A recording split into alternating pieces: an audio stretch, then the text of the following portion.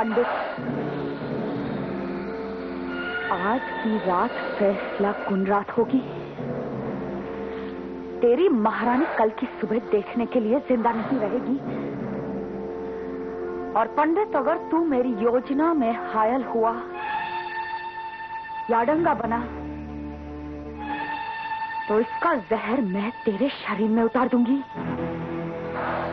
महारानी को मारने से पहले मैं तुझे मौत की नींद सुला दूंगी।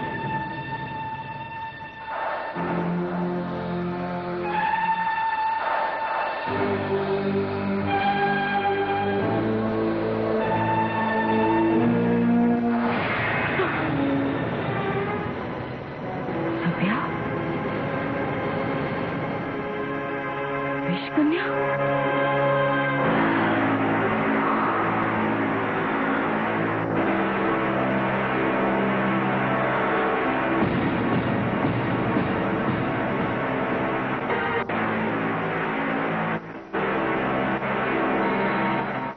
वो तो तुम जान गई कि मैं विषकन्या हूँ। कौन हो तुम? तुम सभ्या नहीं हो सकती। तुम्हारी हकीकत क्या है बताओ, वरना तारा ये खंजर तुम्हारे सीने के आर पार कर देगी। तारा, अपनी जबान को लगाम दो। तलवार की धार पर चलने वाले खंजर से नहीं डरा करते। और आइंदा सभ्या से गुस्ताखी करने की हिम्मत नहीं करना। तुम सभ्या नहीं, एक विषकन्या हो। तारा तुम्हारी हकीकत जानकर रहेगी और तुम्हें तुम्हारी हकीकत बतानी पड़ेगी। खंजर तो मेरे पास भी है तारा, लेकिन मौत एक ही होगी और वो होगी तुम्हारी। मौत किसकी होगी ये तो मेरा खंजर अभी तय कर सकता है, लेकिन अभी मुझे तुम्हारे वजूद का राज जानना है। तुम्हारी बेचैनी तुम्हारी बुज़दिली का सबूत है तारा, और विषकन्याओं को ये शोभा नहीं देता। अगर मेरे वजूद का राज जानने से तुम्हें चैन मिलेगा तो आओ मेरे साथ।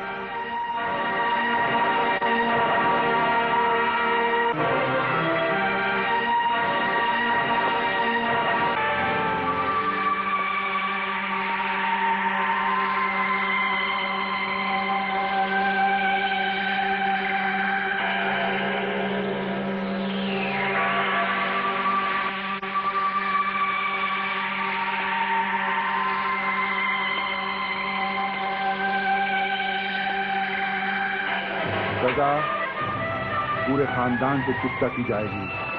सजा पूरे खानदान से चुकता की जाएगी। तो पर्दाफाश हुआ। ये तुम्हारी साजिश है तारा। तुमने मुझे यहाँ कैद करके इस फरेबी को मेरी जगह दिलवा के महारानी कलावती को मार डाले की साजिश रची है। ये साजिश तारा की नहीं, मेरी है, मेरी। और मेरा निशाना कलावती नहीं, महाराज शिवदत्त हैं। तुम दोनों मिलकर चुनारगढ़ राज्य को नेस्त नाबूद करना चाहते हो, लेकिन तुम्हारी ये ख्वाहिश कभी पूरी नहीं होगी। तुम्हारे नापाक इरादे कभी सफल नहीं होंगे। अच्छा,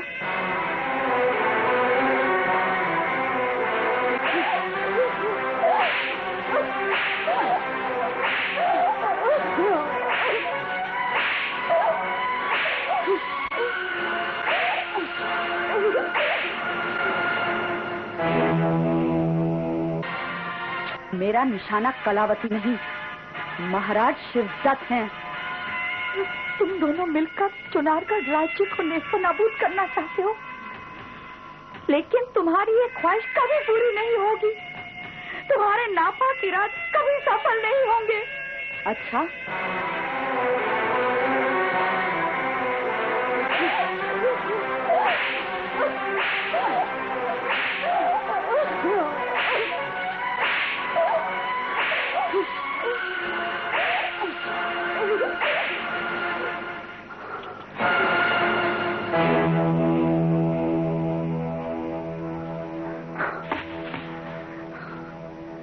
देखा तारा,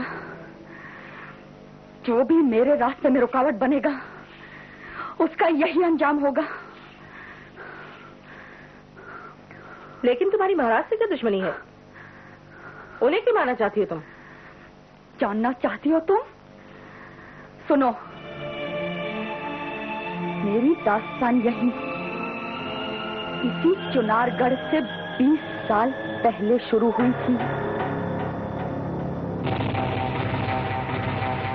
आम्रपाली, बल्लमगढ़ की कूटनीति के तहत हमने गोला बारूद, तोपें, बंदूकें नहीं रखी। दूसरी रियासतों को फतेह करने के लिए हमने तुम जैसी खूबसूरत और घातक विषकन्याओं की फौज इकट्ठा की है। आम्रपाली, हमारा आदेश है कि तुम चुनारगढ़ जाओ और वहां के महाराज देवी दत्त के शरीर में अपना विष उतारकर उसके सारे खानदान को खत्म कर दो। आम्रपाली, तुम हमारी विषकन्या ही नहीं, हमारी तलवार हो। नाकामयाबी का अंजाम तुम बाखूबी जानती हो। सजा पूरे खानदान से चुकता की जाएगी।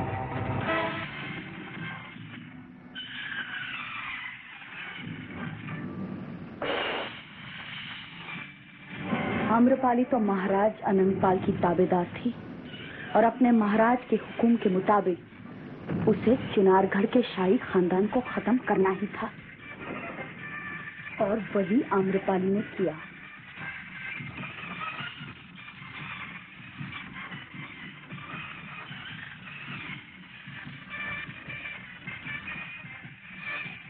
यह आसान काम नहीं था तारा, और आखिर एक रोज आम्रपाली ने महाराज देवी दत्त को अपने आगोश में लेकर उन्हें खत्म कर ही दिया।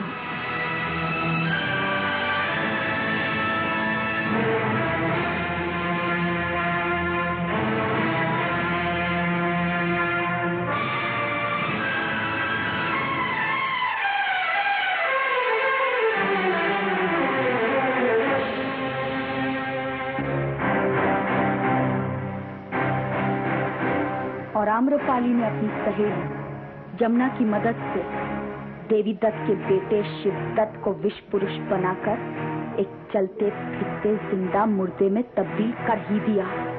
और उसका तीसरा शिकार था महारानी सत्यवती। महाराज अनंतपाल के हुक्म के मुताबिक आम्रपाली ने चुनारगढ़ की महारानी सत्यवती को भी नहीं छोड़ा, लेकिन आम्रपाली की सबसे बड़ी भूल ये थी कि उसने उस शिवदत्त को एक लाचार बच्चा समझकर उसे छोड़ दिया। आम्रपाली ने अपना विष महारानी सत्यवती के शरीर में उतार दिया, लेकिन मरते मरते सत्यवती ने खंजर से आम्रपाली के शरीर पर वार किया। आम्रपाली बच सकती थी, लेकिन तभी उसी शिवदत्त ने, जिसे आम्रपाली ने लाचार समझकर छोड़ दिया था, जमुना को खत्म करने के बाद खंजर उठाकर आम्रपाली के शरीर में उतार दिया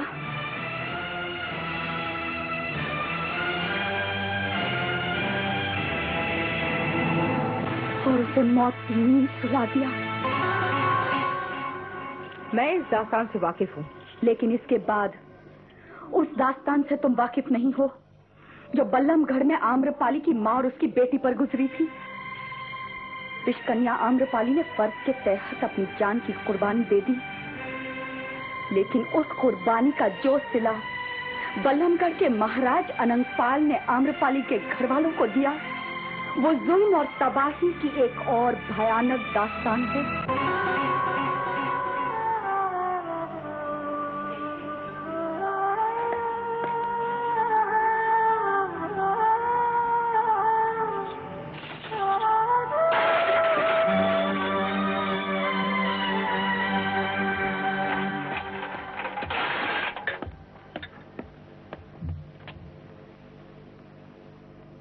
रहीम भाई, तुम यहाँ कैसे?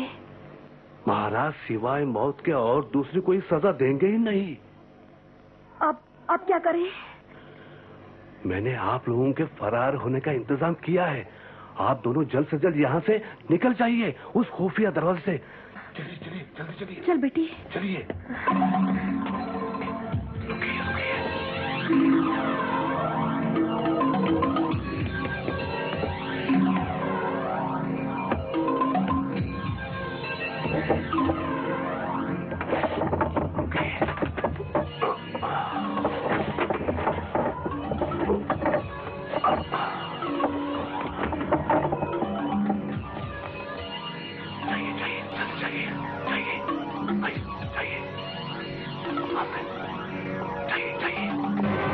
जल्दी दरवाजा खोलो।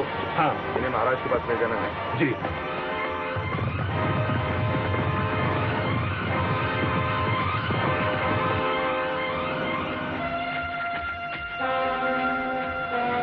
अल्लाह के फजल से हमने आपको तो यहाँ तक पहुँचा दिया, लेकिन ये जगह खतरे से खाली नहीं है। क्या? महाराज के सिपाहियों को इस जगह का पता चल गया है। वो इधर ही आ रहे हैं।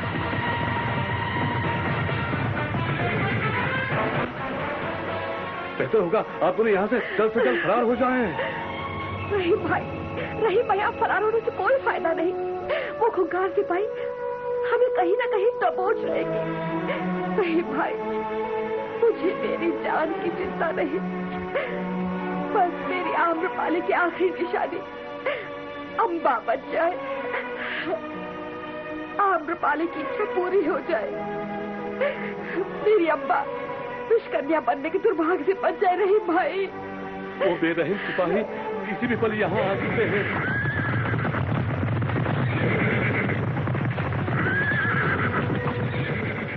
रहीम भाई, आपने बहुत उपकार किए हैं हम पर, बस एक उपकार और कर दीजिए। क्या? अवंतीपुर में आम्रपाली की बहुत गहरी सहेली सुमंगला रहती है। वो बहुत मशहूर नर्तकी है। रहीम भाई, मैं उसकी नाम एक चिट्ठी लिख देती हूँ, आप अम्बा को उसके पास ले जाइए। मुझे पूरा यकीन है रहीम भाई कि वो मेरी अम्बा को अपनी बच्ची की तरह पालेगी। चला लो इस घर को। तुझ में मुझे आम्रपाली की बहुत गहरी सहेली सुमंगला रहती है। वो बहुत मशहूर नर्तकी है। रहीम भाई, मैं उसके नाम एक चिट्ठी लिख देती हूँ, आप अम्बा को उसके पास ले जाइए। मुझे पूरा यकीन है रहीम भाई कि वो मेरी अम्बा को अपनी बच्ची की तरह पालेगी।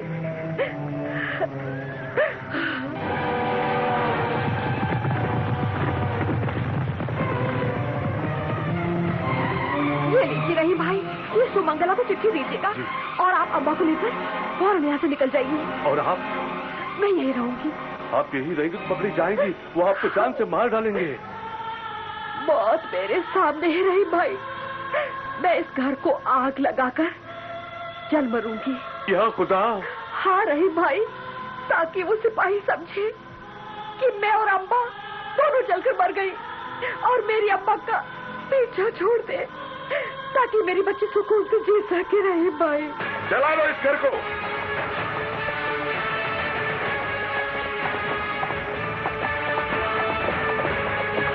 नानी माँ, मैं तुमको छोड़कर नहीं जाओगी। तुझे जाना होगा, तो अपनी नानी का कहना नहीं मानेगी। रहीम भाई, फौरन निकल जाइए, फौरन निकल जाइए। रहीम भाई, निकल जाइए। रहीम भाई,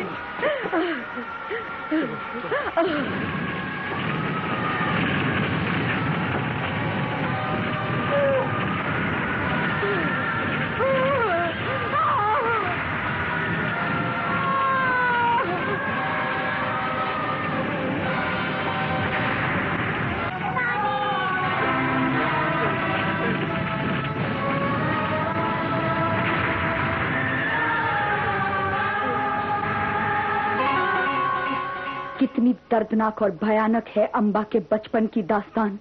वो तो है, लेकिन तुम्हारी ये दास्तान और महाराज शिवदत्त से तुम्हारी अदावत, इन दो अलग अलग बातों का आपस में क्या ताल्लुक है? बहुत गहरा ताल्लुक है, क्योंकि वो बदनसीब अम्बा और कोई नहीं, मैं हूँ। मैं।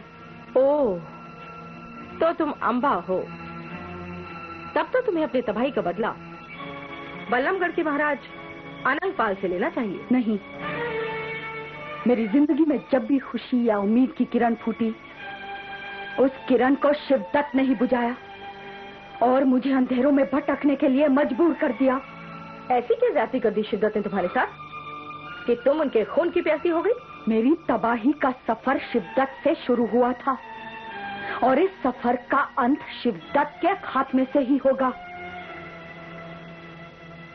मेरे प्यार और ममता का दूसरा आशियाना शिवदत्त ने ही जलाकर खाक कर दिया और ये बिजली गिरी सुमंगला मौसी की सुकून भरी जिंदगी पर, जहां नानी माँ के कहने पर रहीम चाचा ने मुझे हिफाजत के तौर पर देखभाल के लिए पहुंचाया था। ये तो बहुत बुरा हुआ रहीम चाचा। बल्लमगढ़ के महाराजा को ऐसा नहीं करना चाहिए था। अच्छा हुआ इस मासूम को आप यहाँ ले आए। अर्चना बेटी, ये तुम्हारी बहन अम्बा है, अब ये हमारे साथ रहेगी। लेकिन रहीम चाचा, मौसी क्यों नहीं आई? अब वो बेचारी इस दुनिया में नहीं रही। क्या कह रहे हैं आप? यकीन कीजिए, उन्होंने अम्बा को बचाने और आम्रपाली का ख्वाब पूरा करने के लिए अपनी जान कुर्बान कर दी। उनकी आखिरी ख्वाहिश थी कि आप इस मासूम बच्ची अम्बा को सहारा दें। अम्बा मेरी बच्ची जैसी है रहीम चाचा। इस मासूम को सहारा मैं दूंगी और रक्षा करेगी देवी माँ।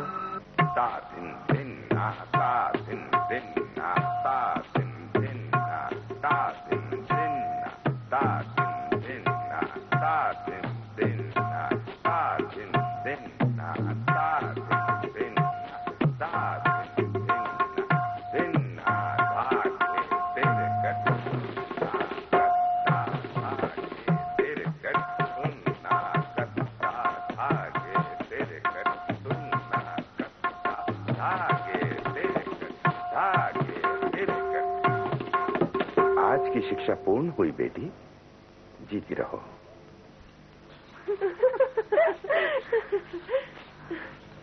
नर्त की अर्चना, आपकी शोहरत अवंतीपुर महाराज तक पहुंच चुकी है। महाराज का आदेश है कि आप आज की शाही महफिल में अपने नृत्य कला का प्रदर्शन करें। मैं? जी आप। ये तो बहुत बड़ी इज्जत बख्शी है महाराज ने तुम पर। जरूर कोई खास मौका होगा इस महफिल का।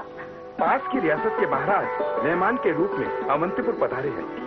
आज उन्हीं की शान में अपने शाही मेहमान के लिए महाराज ने ये जश्न का आयोजन किया है। ऐसा मौका किससे मिलता है अर्चना? अब तो तुम्हारे नृत्य और कला की धूम मच जाएगी। ये तो तुम्हारा सौभाग्य है। साथ में तुम्हारी दुआएं और प्यार। आज अगर सुमंगला मौसी जिंदा होती तो कितनी खुश होती। लेकिन खैर, उनकी दुआएं हमारे साथ है। जा अर्चना और फतेह कर ले दोनों महाराजाओं के दिल।